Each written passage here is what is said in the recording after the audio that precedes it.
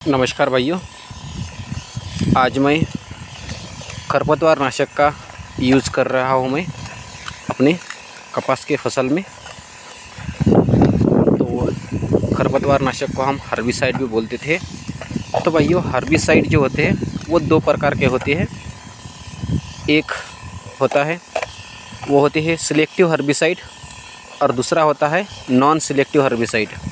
तो selective herbicide क्या करता है भाइयों, यदि हम सिलेक्टिव हर्बिसाइड खुले में भी अपने क्रॉप के ऊपर स्प्रे कर देते हैं तो सिलेक्टिव हर्बिसाइड सिर्फ घास को मारता है, फसल को नहीं मारता। और दूसरा होता है नॉन सिलेक्टिव हर्बिसाइड, वो ना घास को पहचानता है ना ही अपने फसल को। यदि वो घास के ऊपर स्प्रे होता है तो घास को मार देगा, यदि अपने वो फसल के ऊपर स्प्रे होता है तो वो फसल को भी मार देगा। और उसी नॉन सिलेक्टिव हर्बिसाइड को हम कॉन्टैक्ट हर्बिसाइड बोल सकते हैं।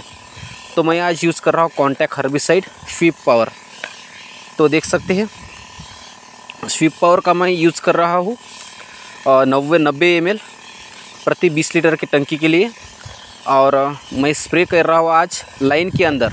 आज तक मैंने आपने मेरी वीडियो देखे होंगे, वो मैं बेड के ऊपर जो अपने ये रिका एम्प्टी स्पेस होती है उस एम्प्टी स्पेस में मैं यूज़ कर रहा था बेड मेकर के ऊपर। लेकिन आज जो हमारे जो 90% लोग होते हैं वो प्लेन एरिया में लगाते हैं, जैसे कि ये मेरी फसल लगाई हुई है।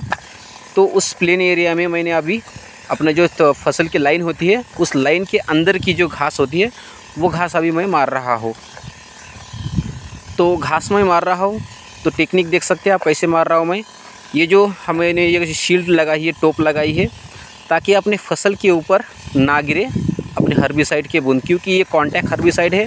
अगर हमारी ये फसल के ऊपर गिरता है तो फसल को मार देगा, और घास के ऊपर गिरता है तो घास को मार देगा। तो इससे घास जल गई तो हमें कोई तकलीफ नहीं, लेकिन अगर हमारे फसल के ऊपर ये गिरता है तो हमारे फसल को भी चोट पहुंचा सकता है, नुकसान पहुंचा सकता है ये हर्बिसाइड।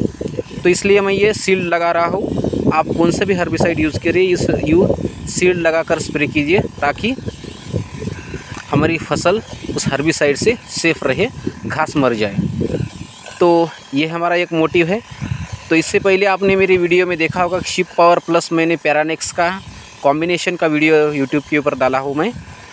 तो वो पैरानेक्स जो होता है भाइयों वो 300 साढ़े 300 के रेंज में मिल जाता है। वो क्या करता है भाइयों, इंस्टेंटली यदि आप सुबह में उसका स्प्रे करते हो तो वो शाम तक घास को जला देता है। लेकिन ये स्वीप पावर जो होता है ये घास को मारने के लिए 4 से लेकर 7 दिन का समय लेता है घास को मारने के लिए, क्योंकि ये बहुत लंबा होता है। लेकिन वो जो पैरानेक्स होता है वो जल्दी मारता है, लेकिन वो यदि हमारे फसल के ऊपर ना गिरा है तो फसल को भी मार देता है। लेकिन खास करके अगर वो हमारे पेट के तने के ऊपर अगर गिरता है फसल के तने के ऊपर, तो तने की जो खाल होती है वो उस खाल को भी जला देता है। तो खाल जो होती है वो तने की जलने से वो क्या होता है कि उसका तना कमज़ोर होकर वो हमारी फसल नीचे गिर जाती है भाइयों। तो इसलिए उस जो पैरानेक्स होता है उसे आप एम्प्टी एरिया में, जैसे कि ये लाइव एम्प्टी एरिया है फसल के अंदर की, उस एरिया में भी आप स्प्रे करें।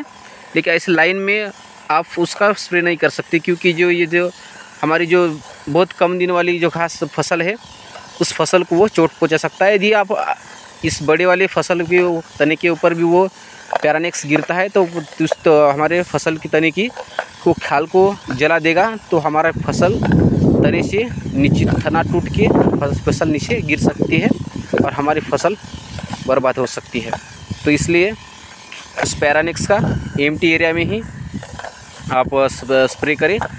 तो स्वीप पावर का यूज़ आप कर सकते हैं उस पैरानेक्स के मुकाबले। स्वीप पावर का साइड इफ़ेक्ट बहुत कम है हमारे फसल के ऊपर। यदि खाल के ऊपर ये स्वीप पावर गिरता ही है तो इस हमारे फसल के तने के खाल को वो 20% तक वो चोट पहुँचेगा, लेकिन हमारी फसल फिर से ग्रो कर उठेगी। लेकिन वो अगर पैरानेक्स आप यूज़ करते हो तो यदि वो पैरानेक्स तने के ऊपर गिरता है तो वो तने की खाल को पूरी 100% जला देगा, तो फिर से वो पेड़ हमारा ग्रो नहीं कर पाएगा।